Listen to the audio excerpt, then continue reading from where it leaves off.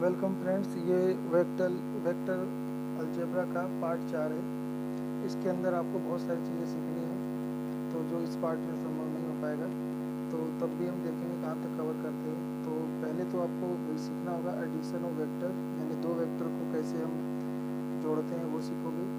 फिर आप सीखोगे ट्रायंगल लॉ ऑफ एडिशन। ठीक है, तो ट्रायंगल लॉ ऑफ एडिशन सीखोगे। तो दो वेक्टर को जोड़ते समय ट्रायंगल लॉ क्या होता है ये जानेंगे। और फिर पैरेलल लॉ ऑफ एडिशन, फिर ये भी आप सीखोगे। ठीक है, उसके बाद सीखोगे आप डिफरेंस ऑफ वेक्टर, तो दो वेक्टर के बीच में डिफरेंस कैसे निकालते हैं। फिर प्रॉपर्टीज ऑफ वेक्टर एडिशन सीखोगे। फिर multiplication of vector by scalar, तो एक वेक्टर को स्केलर से कैसे मल्टीप्लाई करते हैं वो सीखोगे। फिर कंपोनेंट फॉर्म ऑफ वेक्टर, तो एक वेक्टर का कंपोनेंट फॉर्म क्या होता है वो सीखोगे। फिर यूनिट वेक्टर को कैसे लिखते हैं, कैसे डिनोट करते हैं वो सीखोगे। फिर सीखोगे condition of collinearity of vector, यानी किसी वेक्टर को अगर हमें कोलिनियर प्रूव करना है तो उसके लिए क्या कंडीशन होती है।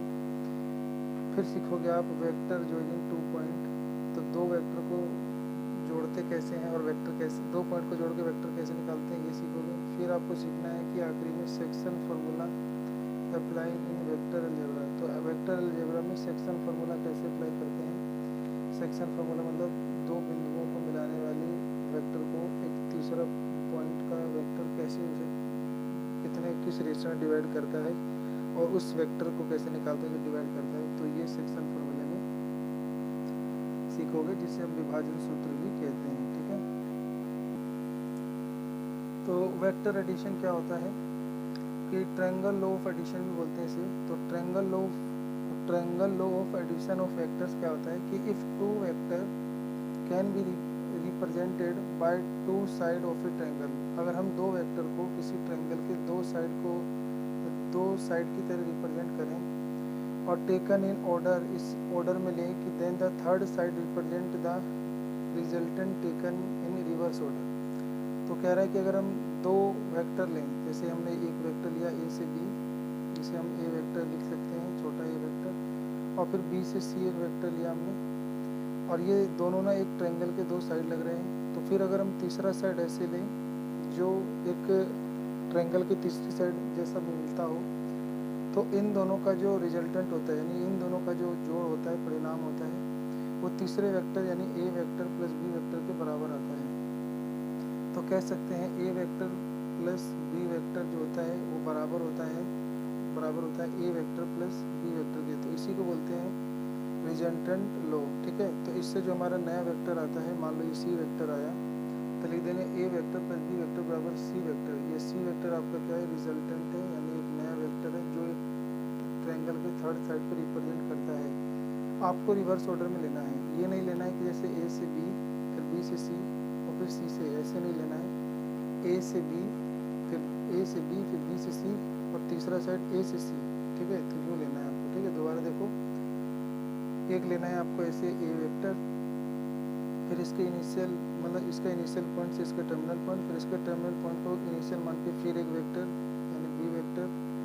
तो अब आपको यूँ नहीं लेना है कि बी से इधर मिला दो, आपको इधर से लेना है, इधर से यूँ लेना है रिवर्स ऑर्डर में, तो ये होगा सी वेक्टर।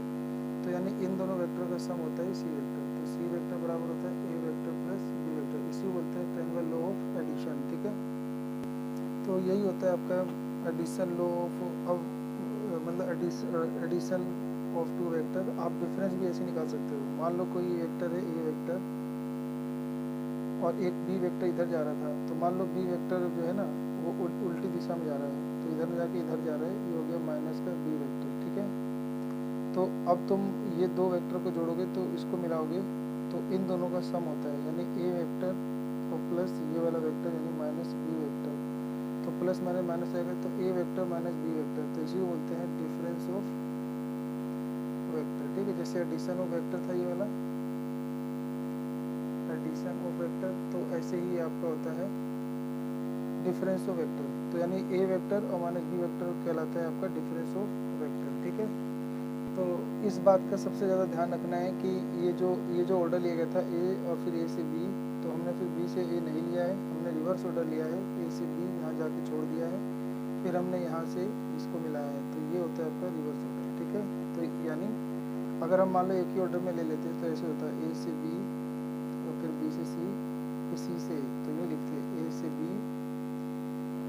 फिर बी से सी और प्लस सी से ए, तो इनका सम ना 0 हो जाता है। ठीक है, क्यों हो जाता है 0? क्योंकि यह आपने मतलब उल्टी डायरेक्शन ले ली।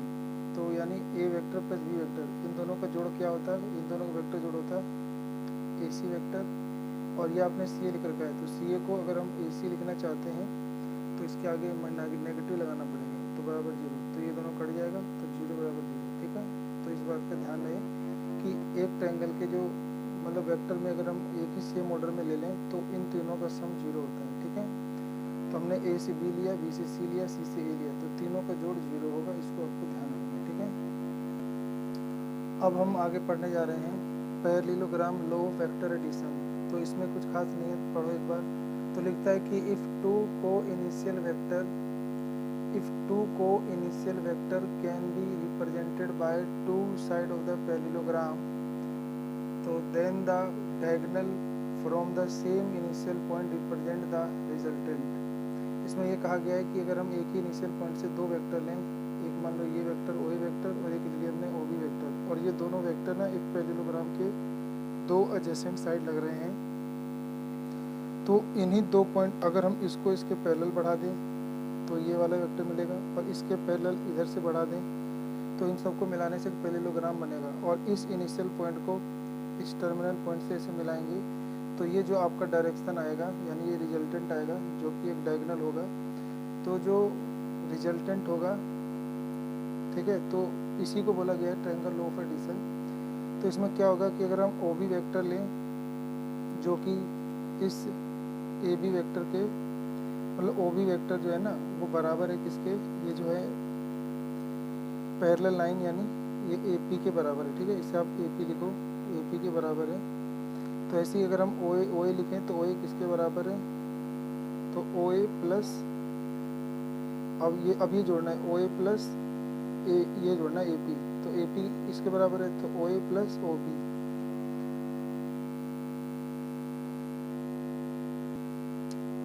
तो O A plus A P को हम ओ बी भी लिख सकते हैं। ठीक है, तो हमने ओ बी लिख दिया, दोनों बराबर ही हैं। तो ओ ए प्लस ओ बी यानी O A vector plus O B vector बराबर होगा ओ पी वेक्टर के, तो इसी को बोलते हैं ट्रायंगल लो ऑफ पैरेललोग्राम। ठीक है, अब लिखा है कि प्रॉपर्टी जो वेक्टर एडिशन की प्रॉपर्टी क्या होती है। पहला ये कॉम्यूटेटिव प्रॉपर्टी यानी उल्टा पुल्टा। इसमें क्या होता है कि अगर हम 2 में 3 जोड़ेंगे तो वो बराबर कहलाता है 3 में से 2 जोड़ेंगे। ठीक है, यानी हम ए वेक्टर को बी वेक्टर से जोड़ेंगे तो सेम होता है बी वेक्टर को ए वेक्टर से जोड़ना। ठीक है, तो वेक्टर एडिशन इज कॉम्यूटेटिव यानी ए वेक्टर को बी वेक्टर से जोड़ो या बी के जोड़ो, कोई फर्क नहीं पड़ता। ठीक है,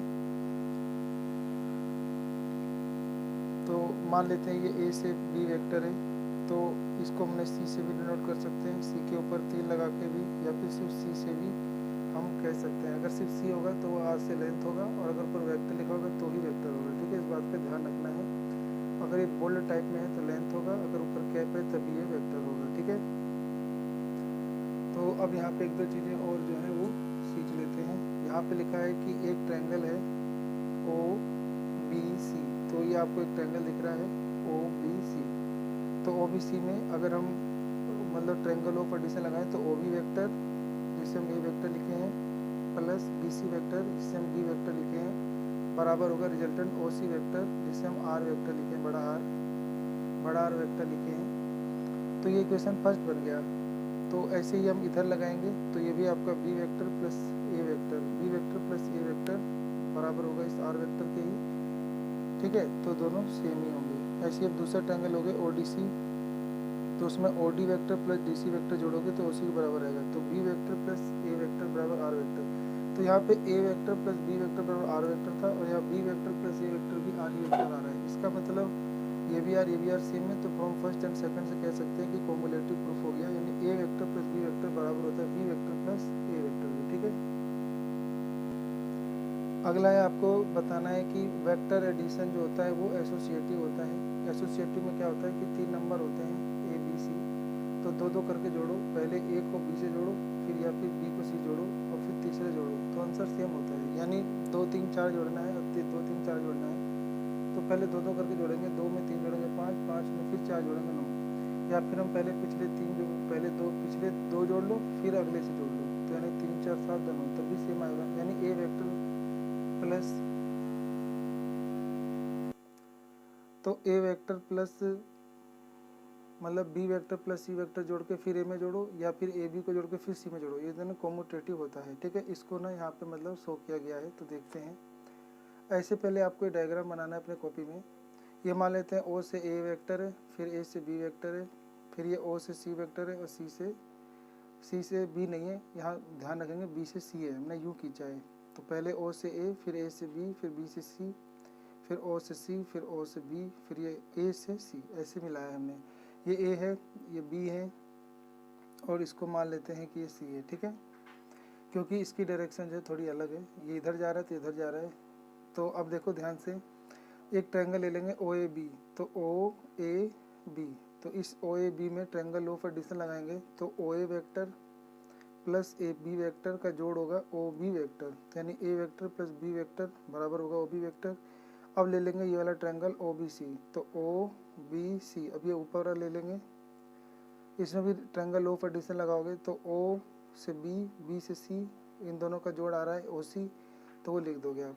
तो ए वेक्टर, तो ओ बी वेक्टर तो अभी आपने निकाला ही था, वो था ए वेक्टर प्लस बी वेक्टर, और बी सी वेक्टर है सी वेक्टर, तो इन दोनों का जोड़ हो जाएगा ओ सी वेक्टर। ये क्वेश्चन आपका फर्स्ट आ गया। ठीक है, तो यानी ये वाली साइड जो है आपकी आ गई। ठीक है, अब दोबारा देखो ए बी सी लेंगे, ए बी सी, ये ऊपर वाला ए बी सी, तो ए बी सी मिलाएंगे A B vector plus B C vector बराबर में ए सी वेक्टर, तो B vector plus C vector, ये दोनों का जोड़ हो जाएगा आपका ए सी वेक्टर। अब एक दूसरा ट्रायंगल ले लेंगे ओ ए सी, तो ओ ए सी, अब इस वाले में लगाएंगे, तो O A vector plus A C vector बराबर हो जाएगा ओ सी वेक्टर के, तो ए सी वेक्टर अभी निकाला था आपने, B vector plus C vector, तो यहाँ पे आप लिख दोगे ए सी की जगह B vector plus C vector, तो A vector O A vector को ना ए वेक्टर, तो A vector plus B C plus B plus C vector बराबर हो जाएगा ओ सी के। तो ये भी और ये भी दोनों सेम हो गए, देखो ओ सी सेम है, तो ये दोनों भी सेम हो जाएगा। तो फ्रॉम फर्स्ट एंड सेकंड से क्या हो जाएगा कि A vector plus bracket B vector plus C vector bracket बंद बराबर होगा bracket A vector plus B vector bracket बंद प्लस सी वेक्टर, तो इसको बोलते हैं एसोसिएटिव लॉ। ठीक है, इसके बाद आपको सीखना है एडिटिव आइडेंटिटी। इसके अंदर कहा जाता है कि मतलब ऐसा कौन सा वेक्टर है जिसमें कुछ जोड़ें तो वही वेक्टर है, तो ऐसा केवल जीरो वेक्टर होता है, तो zero vector is additive identity of every vector. तो ए वेक्टर में क्या जोड़ेंगे कि यही वेक्टर है, तो जीरो वेक्टर, इसे बोलते हैं एडिटिव आइडेंटिटी। एडिटिव के बाद आता है एडिटिव इन्वर्स। ए वेक्टर में ऐसा कौन सा वेक्टर जोड़ें कि वो जीरो आ जाए, तो उसका नेगेटिव, तो किसी वेक्टर का अगर हम नेगेटिव ले लें तो उसका एडिटिव इन्वर्स कहलाता है। ठीक है, अगला पढ़ेंगे multiplication of A vector by scalar. मान लो कोई वेक्टर है, ठीक है, ये वेक्टर है, मान लो यहाँ से यहाँ तक ये एक वेक्टर है, ठीक है, यानी ये एक यूनिट है, तो अगर हम यहाँ पे आधा लिख दें, ठीक है, आधा, तो इसको 20 से अगर काट दोगे तो ये आधा हो जाएगा, इसमें 2 गुना कर दोगे तो इसका डबल हो जाएगा, तो इसका डबल यानी बड़ा हो जाएगा। ठीक है।